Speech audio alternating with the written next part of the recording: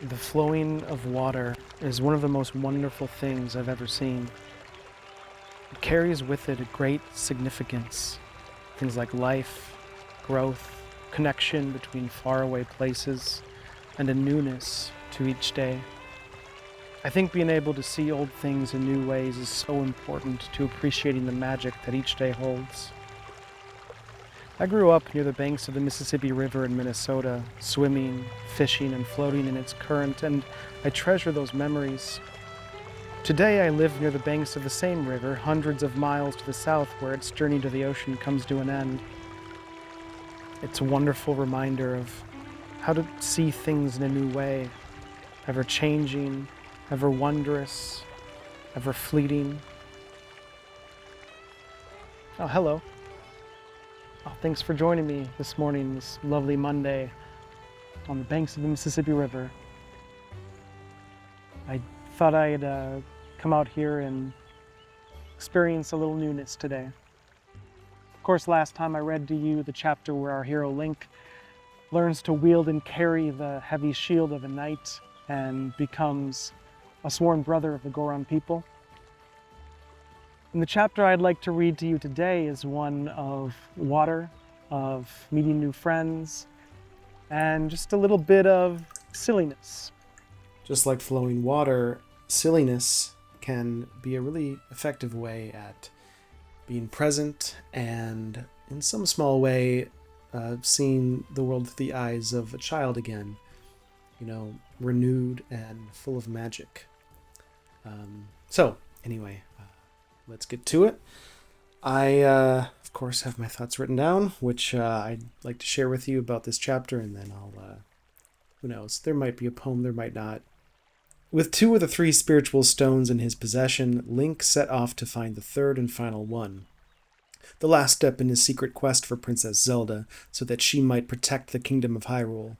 And so he made his way down Death Mountain and followed up the stream of a great river, where tales were told of a great and proud enchanted tribe of water-dwelling folk named the Zora, whose domain was somewhere up ahead, hidden among the waters.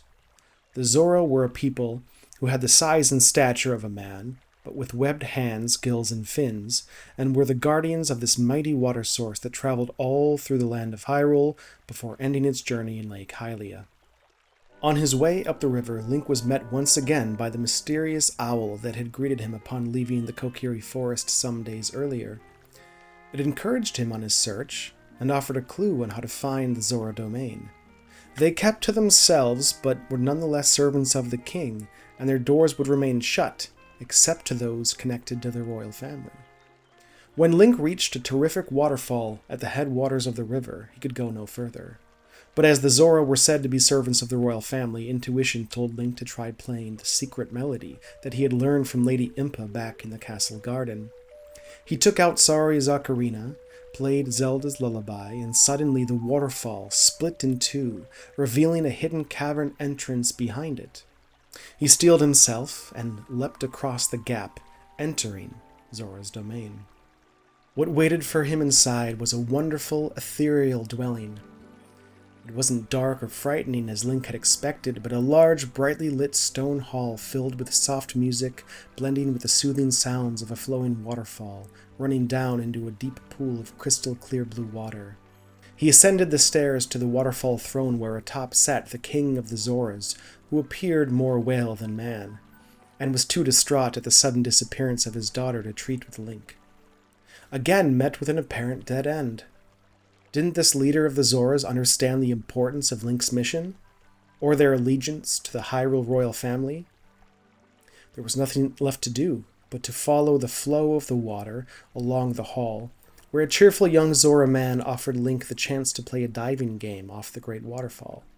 So he did, plunging into the deep pool below, and at the bottom he noticed a small opening, where there was an outflow of current. Holding his breath, he swam through it, and the current pulled him along until he emerged outside in a vast lake. This was Lake Hylia, where the great river met at the end of its journey across Hyrule. It was a beautiful place, and he may have been tempted to rest a while and lay along the sunny shores, if not for a peculiar shining object on the lake bed catching his eye. a sealed bottle with a note inside. And not just that, but a note from the Zora princess, Rudo, trapped in the belly of a great fish and calling out for help. Traveling back to the Zora king, Link presented him the letter, and was permitted beyond the waterfall throne to Zora's fountain. A sacred place indeed, the headwaters of the great river, and what's more, the home of a terrifically large fish. Lord Jabu Jabu, they called him, the guardian of this realm, who sat floating atop the lapping waves upon a great altar. Could Princess Rudo really be trapped inside this ancient creature, Link thought? Whether she was or not, this did seem the best chance he had at finding the last spiritual stone. It was custom for the attendant to Lord Jabu Jabu to present him with a meal, and so Link cleverly baited him with a fish, and with a mighty inhale, he swallowed up Link whole. Well, Link did indeed find Princess Rudo, who herself had been accidentally swallowed, and in the process lost her mother's precious stone somewhere inside. Together they recovered the stone, Zora's sapphire, and vanquished the monstrous jellyfish lurking in the bowels of the belly. By the end of this whole ordeal, Rudo had quite a large crush on Link, and gifted to him the spiritual stone Zora's sapphire, on the condition of their betrothal. And he eventually departed Zora's domain, heading down the river once again, now a friend of the Zora people, and in possession of the final magical key, and also the heart of the young princess. I think sometimes fantasy stories run the risk of falling into taking themselves too seriously, where you have dark lords and great battles and knights and betrayal, kind of sort of like a Game of Thrones world where it's all politics and scheming and fighting and just epic grand scale stakes. But what makes Zelda so special in a lot of ways, and what helps it stand out from other fantasy, is that it just sometimes gets really silly. And not in a negative way. I don't mean to, say that in a way that makes it seem more childish than it does. Although it does appeal to kids in a lot of ways. We came off the first chapter where Link had to leave behind his childhood home and his friends, where his childhood things he had to leave behind, his shield burning away, entering this place of fire and darkness. And now we're at a place where he's going inside of a big fish. And it just reminds me of fairy tales, of how things don't really make sense, but that's okay. There's a general whimsy to it. There's a magic to it in some of the ways that Alice in Wonderland or Willy Wonka or Charlie and the Chocolate Factory might show. The silliness offers a wonderful contrast to the dark, serious stakes of later parts of the story. That contrast is going to be really important as well as we continue. Because, again, this is fundamentally a coming-of-age story, and in that coming-of-age, you need to really show the contrast of what it is to be a child and what it is to go through the difficult process of growing up into an adult, and then what it means to be an adult, taking on responsibility and protecting others, learning how to leave things behind, but also try and hold part of your childhood self still within you. So I just love the general silliness that we see here. One of the other things, too, that I glossed over was just, again, how goofy some of this is when the King of the Zoras moves aside and lets you pass behind him along the waterfall throne. He does this, scoot, scoot, scoot. He takes, 5 minutes to move because he's on the larger side. Things like that just offer a little bit of, levity to the stakes.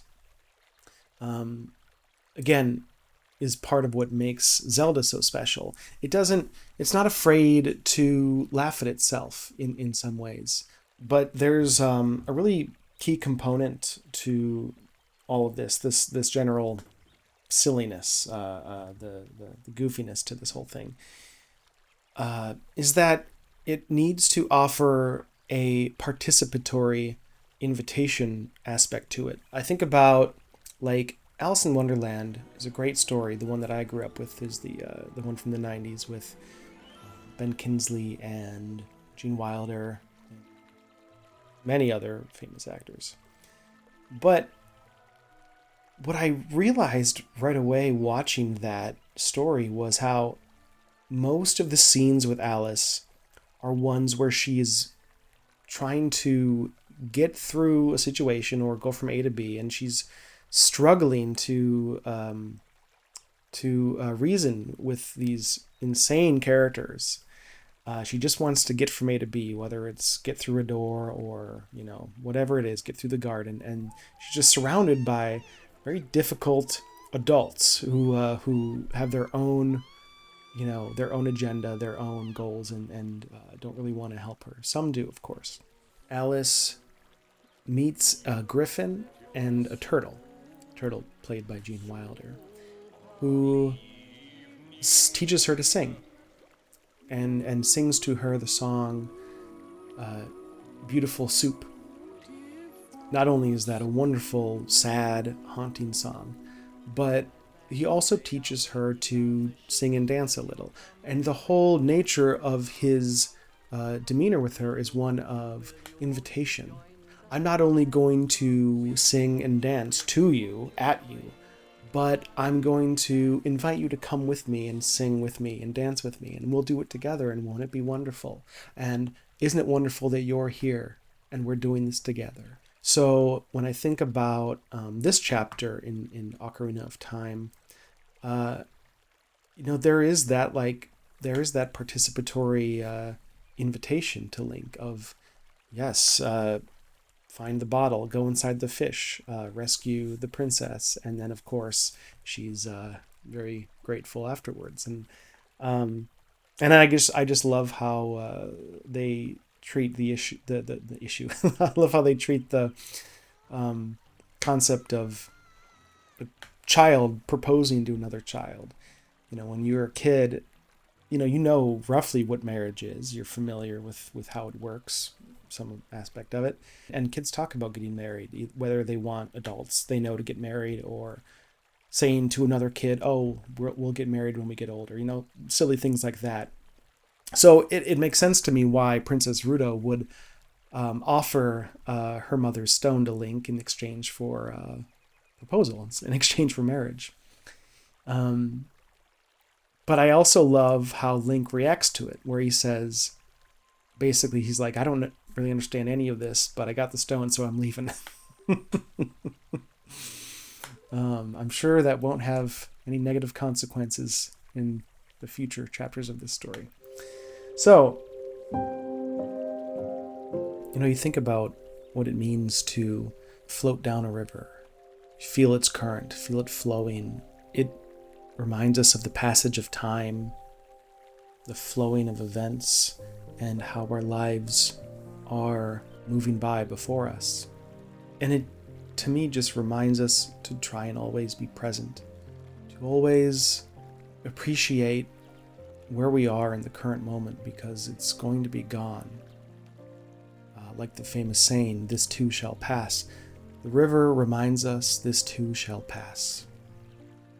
And to not take it too seriously, and to try and find magic in the everyday, even if it's just a little bit, even if it's just a cat that doesn't like when you record.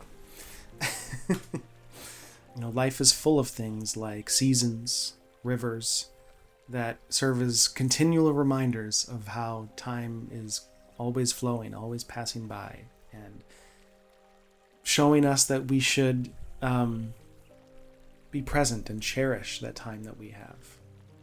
And to see every day the magic of each day as an invitation to join the dance, to join the song, and to not take things too seriously, and to know that there's a little bit of silliness in each day. And so I do have a poem that I would love to share with you that I wrote for this chapter. I hope you enjoy it. If I should chance a dance with the river, who's to say who would lead? Though swim as I may through night and day, I haven't the strength to conquer the waves. But if dance turns to play, and I follow where it may, I'll find many wonders unseen, secret notes caught downstream from a princess who seems to be trapped inside a great fish.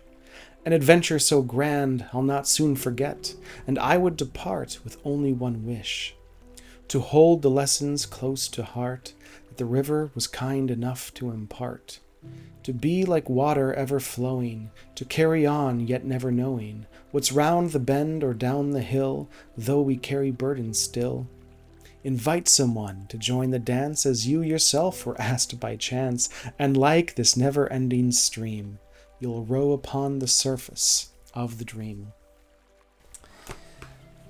So, as you go about your lovely Monday and your week ahead, I encourage you and invite you to find the magic in the everyday and see it as the world asking you to join the dance and join the song.